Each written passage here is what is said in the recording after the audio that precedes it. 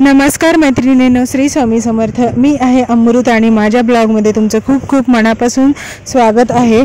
तर हा ब्लॉग आहे लक्ष्मीपूजन दिवशीचा। खूप घाई झाली त्याच्यामुळे की नाही व्हिडिओ टाकायला काही जमलंच नाही, पण जसं जसं मी मला जमेल ना तसं एडिट करून अपलोड करते। तर चला, ह्याचे ना 2 पार्ट बनवलेले आहेत, दिवसभराचा एक आणि संध्याकाळच्या लक्ष्मीपूजनचा एक। तर सकाळी रात्रीची झेंडूची फुलं आणून ठेवली होती आणि घरीच आम्ही हार बनवतो, तर खूप सुंदर अशी फुलं होती आणि त्याच्या देवाला आणि गाड्यांना हार बनवून घेतले।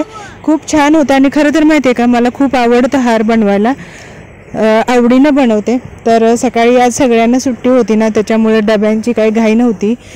नाश्ता वगैरे पण करायचं एवढं काही नव्हतं, कारण दिवाळीचं फराळ वगैरे होतं, त्याच्यामुळे ज्यांना जे आवडतं ते खाल्लं होतं। दुपारच्या जेवणाचंच खायचं होतं। तर बघा, इथे मी काही हार बनवून ठेवलेत आणि काही हार अजून बनवायचे बाकी होते। तर हार बनवून घेतले। लक्ष्मीपूजनाच्या दिवशी ना खरं तर फराळाचं वगैरे झालेलं होतं, पण घाई भरपूर असते, त्याच्यामुळे म्हणलं सकाळी उठल्या उठल्या आंघोळ केली आणि झाडू वगैरे मारून घेतला आणि त्याच्यानंतर मग हार बनवून घेतले। एकदा हार बनवून घेतले ना, मग पूजा वगैरे करून घ्यायला पण काय अवघड जात नाही किंवा ऐन टायमिंगला परत घाई होत नाही म्हणून।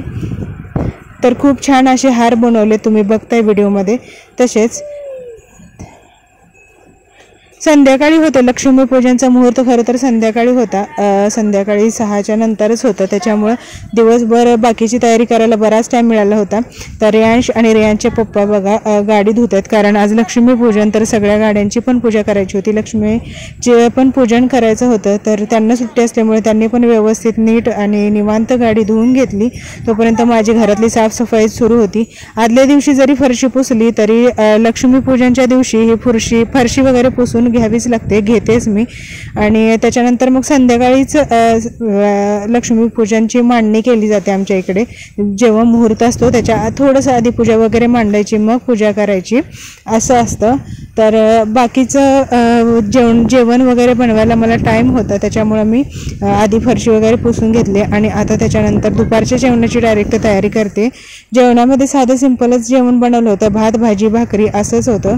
आणि ते झाल्यानंतर मग अजून लक्ष्मीपूजनचं थोडंफार डेकोरेशन असतं, त्याच्या वस्तू वगैरे काढून ठेवल्या। पंत्या वगैरे आज भरपूर लावायच्या होत्या, कारण लक्ष्मीपूजन दिवशी पंत्या बऱ्याच लावल्या जातात, त्याच्यामुळं आम्ही ज्या मम्मीने आणलेल्या पंत्या किंवा ज्या घरामध्ये आधीच्या राहिलेल्या होत्या त्या सगळ्या काढून त्याच्यामध्ये वाती वगैरे करून घेतल्या आणि त्या पंत्या पण लावून घेतल्या। तर एकच दिवस असतो जिथं जेवढ्या पंत्या असतील ना तेवढ्या लावल तेवढ्या चांगल्या वाटतात। तर म्हणजे नाही म्हटलं तर 50 एक पंत्या होत्या। आणि बघा होने ना दारात झाडं त्याचे पेरू काढले होते, खूप पेरू निघाले होते आणि घरचंच एकदम छान असं पेरू पिकलेले सापडले होते, ते पण धुवून ठेवले, ज्यांना खाऊ वाटतील ते खातील म्हणून। तसं तर संध्याकाळ कधी झाली समजलंच नाही आणि आता डेकोरेशन केलं, कारण संध्याकाळी पूजेची वेळ झाली होती। पंत्या लावायला भाऊजींकडे दिल्या, त्यांनी पंत्या वगैरे लावून घेतल्या आणि मग मी दारामध्ये सगळीकडे ठेवून घेतल्या आणि रांगोळी काढली। झेंडूच्या फुलाची आणि दारामध्ये जी झाडं होती ना त्याचीच रांगोळी काढून घेतली आणि लक्ष्मीचे पाऊल काढले। आता बघा किती सुंदर दिसतं ना दिवे लावल्यानंतर, घरासमोर एकदम घरामध्ये आणि घरासमोर एकदम पॉझिटिव्ह एनर्जीच येते। दिव्याकडे बघितलं तर आपला मूड एकदम फ्रेश होऊन जातो। तर चला, आता लक्ष्मीपूजनची तयारी करायची आणि इथला ब्लॉग पुढे बघायला भेटेल। चला बाय, नंतर भेटू।